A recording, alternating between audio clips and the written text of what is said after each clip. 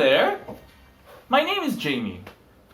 Ideally, I like to present my work live, but instead, today I will bring my portfolio presentation of mine directly to you.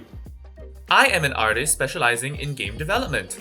I've worked on several projects before, including commercial projects. I work with Photoshop and Clip Studio Paint for my concept art and illustrations, 3ds Max and ZBrush for my 3D modeling and animation.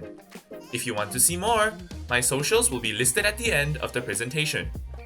Today, I'll be sharing some work that I did for a game that's still currently in development. My role in this game is to create concept art for character and world designs, as well as 3D character modeling and animation. For this presentation, I'll be focusing on my creative process in developing some of the concept art. Now, because this game is still in development, I can't share past what I've prepared in this presentation, but I can mention that the protagonist of this game firstly has the power to traverse between realms, like this one, the Owl Realm, home to an owl populace driven by academic and religious scholarship. The realm takes heavy geographical inspiration from East Asian and Chinese aesthetics in the mountainous dissected plateaus with thick greenery densely enshrouded in mist. I was tasked to design man-made structures for the realm, such as hot air balloon stations and elevators, but one of the more significant set pieces I designed was this grand meditative temple. This temple is built in the middle of a tall waterfall only reachable by air travel, and its function is to act as an academic institution for owl scholars to attain religious enlightenment. The temple is made of hardwood and comprises 2 levels. The upper level contains the holy altar for the religious deity, while the lower floor is made of a social meeting room, a library, and other meditative spaces. In accordance with the realm's visual aesthetic, this temple draws inspiration from architectural styles of temples from China, Thailand, and other East Asian countries. Aside from that, I also told myself that this temple could not just be a pretty building for decoration. I discussed with the other game artists and designers how the building could not feel out of place in the game world for the player, and to do that, we must understand what this temple's purpose is to the owl populace. So, I researched the architectural layouts and functions of Buddhist monasteries in Tibet, Myanmar, and Japan to understand how monks and nuns make use of these institutions today in order to develop the temple's place in the game narrative. Now, all this talk about game world building and environments, but where are the monsters in the game? This is a monster that is a mage variant on one of the main enemies of the game. It is shaped like a mushroom, and it attacks with ranged magic like fireballs. The interesting thing is, this monster only attacks when provoked. So, what do I mean by that? When the player wanders around the Owl Realm, they will see these wandering clouds in the overworld. Seems peaceful, but if the player comes too close, the mushroom cloud would shake its body out into form as it levitates. Its base form would use fire, while its enhanced form would use lightning, generating electricity by rubbing its scarf arms together and blasting it towards its target. Essentially, this monster's attack pattern is to be harmless when unprovoked, but when threatened, it will unfurl itself into a domineering cloud of elemental carnage. Adding on the fact that this monster can attack from far away, you can see that this monster was definitely conceptualized on the basis of surprise. The monster went through many varied concepts at first, with only ranged attacks as a keyword.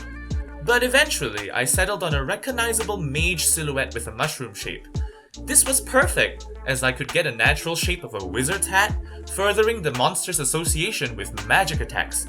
The magic attacks were also based in elemental magic, of course, so I used this keyword to develop the monster's visual aesthetic by studying the rough, slimy, or fluffy cotton-like textures of unusual-looking fungi, as well as organic elements like smoke, clouds, and fire to incorporate into the monster's design. The final mushroom cloud design references a cumulonimbus, and because of that, the enhanced forms attacks were changed from fire to lightning. So, with such scary monsters, you need friends in this game to lend you their powers to keep them at bay. Friends like this very huggable big fella here. This bear chief is from the Bear Realm, a realm where icy weather prevails, where the bears live in igloos and lead a simple way of life, hunting, gathering, providing, and being a friend to all. When developing this realm, I of course looked to the Inuit and Sami people for inspiration. Their way of life, their bountiful culture, all acclimated to the extreme cold. The bear's garments are actually directly inspired by Inuit clothing. The fur-lined parkas and the symmetrical patterns all indicate the bear community's roles and status, much like the Inuit. For example, the bear chief is wearing blue, right? Up close, you can see patterns on his clothes that look like waves and fish, so take a lucky guess on what he is. A fisherman, of course! Moving on, how do I set the stage for these bears? Naturally, the geographical keywords were ice, snow, and mountains.